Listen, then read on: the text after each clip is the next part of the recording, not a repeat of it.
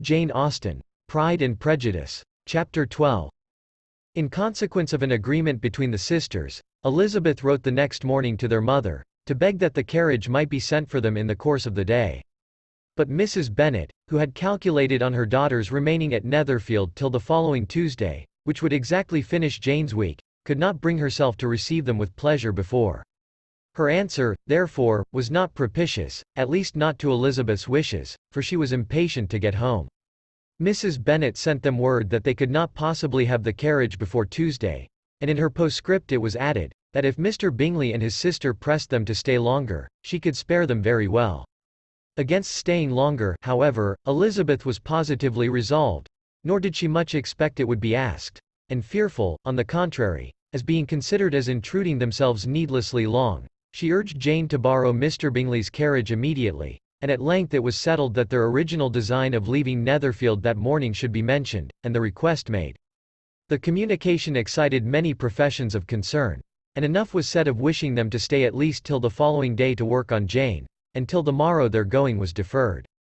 Miss Bingley was then sorry that she had proposed the delay, for her jealousy and dislike of one sister much exceeded her affection for the other.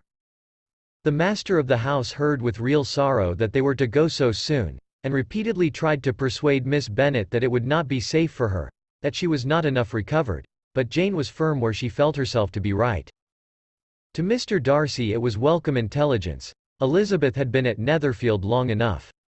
She attracted him more than he liked, and Miss Bingley was uncivil to her, and more teasing than usual to himself. He wisely resolved to be particularly careful that no sign of admiration should now escape him, nothing that could elevate her with the hope of influencing his felicity, sensible that if such an idea had been suggested, his behavior during the last day must have material weight in confirming or crushing it. Steady to his purpose, he scarcely spoke 10 words to her through the whole of Saturday, and though they were at one time left by themselves for half an hour, he adhered most conscientiously to his book, and would not even look at her. On Sunday, after morning service, the separation, so agreeable to almost all, took place.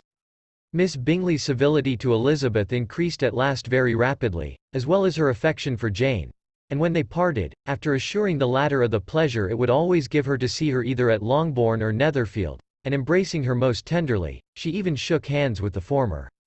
Elizabeth took leave of the whole party in the liveliest of spirits. They were not welcomed home very cordially by their mother.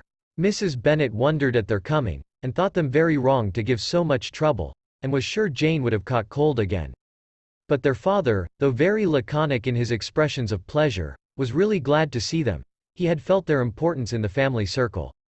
The evening conversation, when they were all assembled, had lost much of its animation, and almost all its sense by the absence of Jane and Elizabeth. They found Mary, as usual, deep in the study of thorough base and human nature, and had some extracts to admire, and some new observations of threadbare morality to listen to. Catherine and Lydia had information for them of a different sort. Much had been done and much had been said in the regiment since the preceding Wednesday. Several of the officers had dined lately with their uncle, a private had been flogged, and it had actually been hinted that Colonel Forster was going to be married.